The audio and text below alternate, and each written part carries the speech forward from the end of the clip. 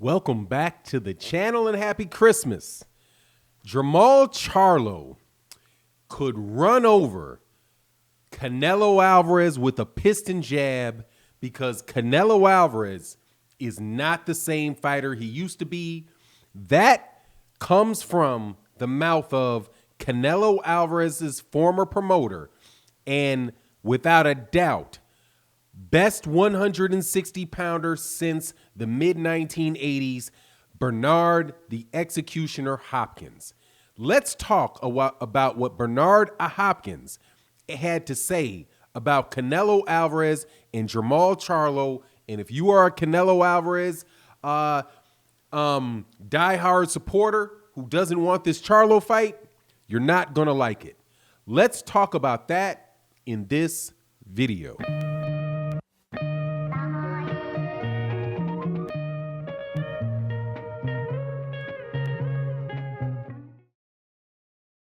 All right, first things first. Bernard Hopkins is an expert at the sport of boxing. Specifically, he is an expert at the 160-pound division, the 168-pound division, and the 175-pound division. And he is also an expert on Canelo Alvarez because he was the promoter for Canelo Alvarez until Canelo Alvarez broke with Golden Boy. And Bernard Hopkins was asked the question in an interview, who is the biggest challenge to Canelo Alvarez? And he answered that question, but then he also gave you insight into why he believed that. And his insight into why he believes what he believes is exactly what I have been telling you guys about Canelo Alvarez. But people say, Fanon, you don't know what you're talking about. You're just a Canelo hater. Well, Bernard Hopkins is a better 160-pounder than Canelo Alvarez is, and he is a Hall of Famer, and I think he has standing on the issue. So let's just walk back and but talk about what it was that Bernard Hopkins said. Before I do that, though, I have got to draw a picture for you of a man who at one point in time was considered completely undefeatable. He had climbed from starting his career, I do believe, at 154 pounds after getting a silver medal in the Olympics in Seoul in 1988. His name is Roy Jones Jr. He climbed all the way up to becoming the pound-for-pound best fighter in the world. He beat Bernard Hopkins. He beat James Toney. He beat a bunch of other people, and he went all the way up to the heavyweight championship of the world, and he won the title. At that point in time, you could not tell anybody that Roy Jones Jr. was not the greatest fighter on the planet. And I was at that fight, and as we were leaving, I heard a commotion, and it was a man named Antonio Tarver telling the whole world that he would whoop Roy Jones Jr. Roy Jones Jr. was the heavyweight champion of the world, and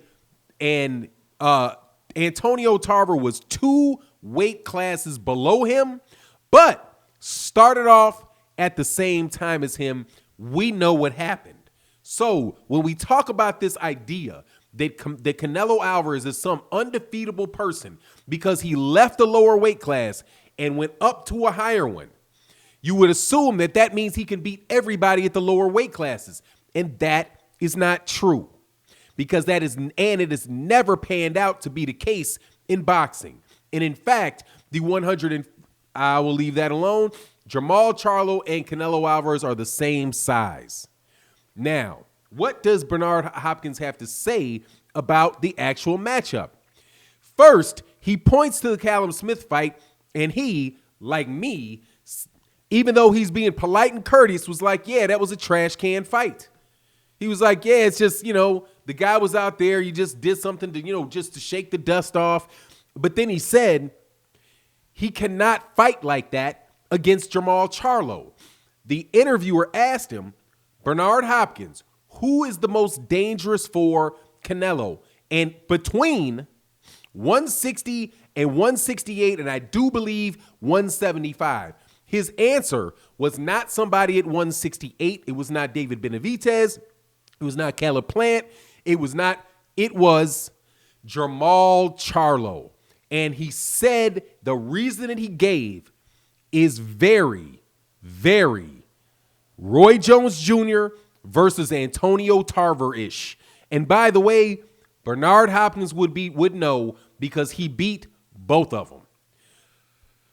He says that Canelo Alvarez would have the most problems with Jermall Charlo because of Jermall Charlo's jab. And he said because of his pace of fight. And he said that if Canelo were to fight Jermall Charlo like he fought Callum Smith, he would get run over. Because he said that slow talk, he said he is not going to be able to let Jermall Charlo jab him, slip underneath it, and then walk forward taking jabs from Canelo from Jermall Charlo. He said if Jermall Charlo gets out and does his thing and gets ahead of Canelo Alvarez, then it is going to be a wrecking machine for Canelo Alvarez in the second half of the fight. Now I'm paraphrasing, but that's what he meant, because you look at what Bernard Hopkins did in the second half of his fights against people when he would build up the win and start taking them out in the second half. So that is someone who is a Hall of Fame 160-pounder telling you who who Canelo Alvarez's hardest fight is. And he did not, again, say any of this other nonsense that DAZN is trying to sell you. He did not say that he believed that Callum Smith was the best at 168.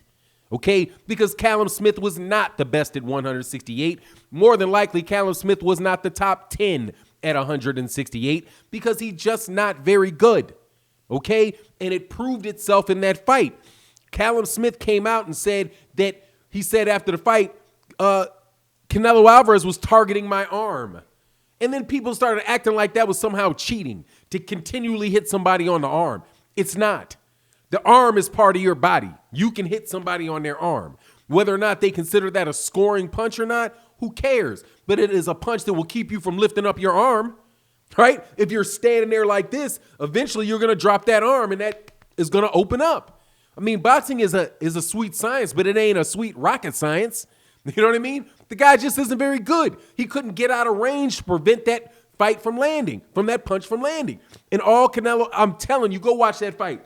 Callum Smith did the same 3 steps all fight. It was cover up, cover up, cover up, back up, 1, 2, 3, foot down, front foot down, back foot down, set. He did it over and over and over again. And every time he took those 3 steps back, 1, 2, 3, second foot, step, hands up. Every time he did that, Canelo was like, here his foot goes, there that foot goes. Who? Boom. Because he's just not very good. He's very, very, very, very, very, very readable. He's just not on that level. That's what Bernard Hopkins said. And all you guys out there talking about how I was crazy and I'm hating because Callum Smith is so, man, get out of here. Did nobody believe that? And in fact, this whole nonsense at 168 and 175, in my opinion, ain't nothing but a bunch of tomato cans that Canelo Alvarez is taking to cash up out of that DAZN contract. And the best that we can hope for is that when he gets out of that, well, he's already out of the DAZN contract, but whatever he's doing, I don't know what his deal is with DAZN because nobody talks about what his actual agreement is with DAZN now. He just got out of the Golden Boy one. But whatever the case is, that ain't the real comp over there, okay? The real comp is over there at the PBC, the same guy that Canelo Alvarez, Eddie Reynoso and Chapo Reynoso have been ducking for about 5 years. And similar to the way that Antonio Tarver felt about Roy Jones Jr. Okay? You can say what you want about Canelo Alvarez standing in the sport and all that, but he is not furthermore, he ain't undefeated. Okay?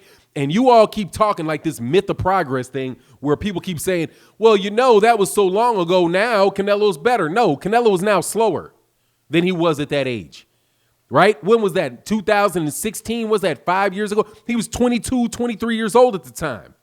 He already had 30, 40 fights. He was in his prime then. He was in his physical prime then.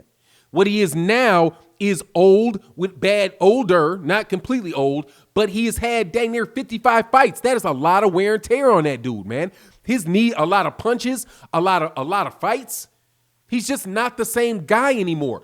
And it's going to take people who are up his backside a long time to see it, but that's what he's doing. He's just plodding forward. Right?